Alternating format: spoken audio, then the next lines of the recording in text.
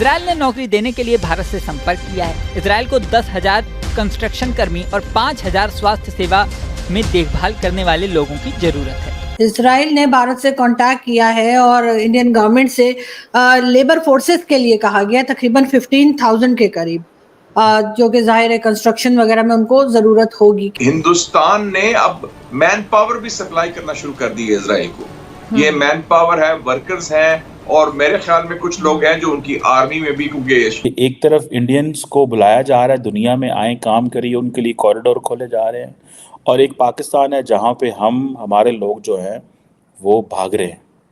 हमारे लोग मुल्क छोड़ना चाहते हैं और जो बाहर से आए हुए हैं वो भी मुल्क छोड़ना चाहते हैं। ये विश्वास है कि एक ऐसी कम्युनिटी जिसका हर जगह परसिक्यूशन हुआ, वो इस दुनिया के इतने करीबन 200 लोग होंगे, 200 देश होंगे, उस 200 में उसको जिन पे भरोसा है कि जो हमारा परसिक्यूशन नहीं करेंगे, जो हमारे यहाँ आने के बाद हमारे लिए कोई सुरक्षा का खतरा नहीं होंगे, वो Bharat middle east, gulf countries के बड़ा करीब आ रहा है और पाकिस्तान को यह बात पसंद नहीं आ रही। पाकिस्तान इसको बिजनेस डील नहीं देखता। पाकिस्तान ये कहता है कि इस्लामिक दुनिया को भारत पाकिस्तान से दूर ले जा रहा है। Indians can decide who can win or who can not in few countries right now. America में दोनों पार्टीज लड़ती हैं कि इंडियन वोट किसको मिलेगा। सिमिलरली ऑस्ट्रेलिया में और यूके में भी ऐसे ही होता है। नमस्कार दोस्तों, स्वागत है आप सबका हमारा YouTube चैनल पे। दोस्तों, रिसेंटली एक बहुत बड़ी खबर आ रही है इजराइल से। इजराइल ने फिर एक बार हमारी भारतीय सरकार से मांग रखी है कि उन्हें 15,000 भारतीय चाहिए जो इजराइल में जाकर के काम कर सके। इनमें से 10,000 कंस्ट्रक्शन वर्कर्स होंगे और 5,000 मेडिकल नर्सेस और अन्य केयर टेकर्स होंगी, क्योंकि दोस्तों इस वक्त इजराइल में वर्कर्स की काफ़ी ज़्यादा किल्लत पाई जा रही है। जिस तरह से इजराइल में वॉर चल रही है, उसके साथ साथ अब इजराइल को केयर टेकर वर्कर्स की भी काफ़ी ज़्यादा ज़रूरत पड़ रही है। और इजराइल हम भारतीयों को काफ़ी ज़्यादा रेस्पेक्ट देते हुए अपने देश ले जाना चाहता है, ताकि हम भारतीय जा कर के इजराइल में काम कर सके और इजराइल को कंट्रीब्यूट कर सके। और इसके बदले इजराइल हम भारतीयों को काफ़ी सारे फैसिलिटीज़ देगा और इसके साथ साथ लाखों में पेमेंट भी दिया जाएगा।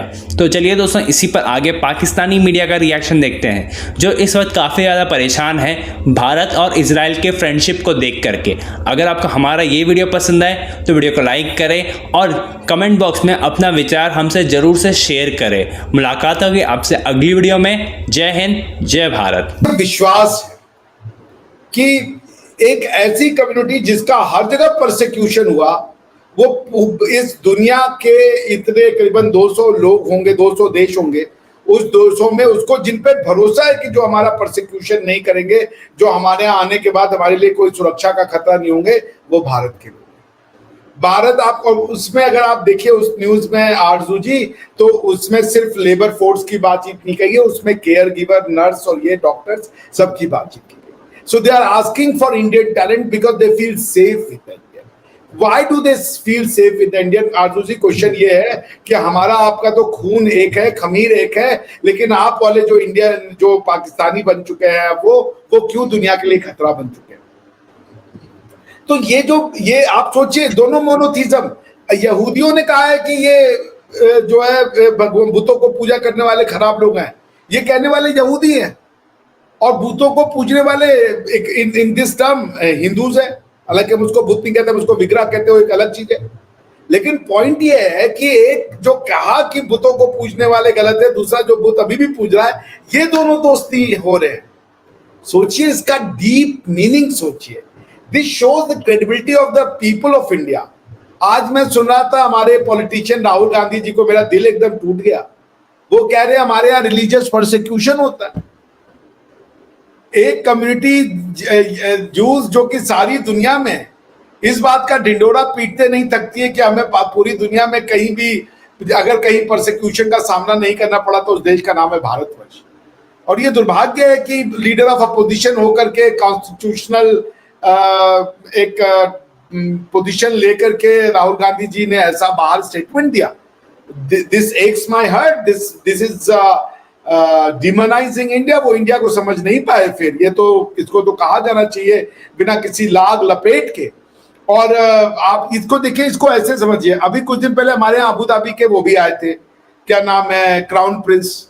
तो एक दुनिया में अंडरस्टैंडिंग हो रखी है, अरब भी नहीं चाहते कि कोई तुर्क उनका जो है इस्लाम छीन के उनके ऊपर बैठ जाए।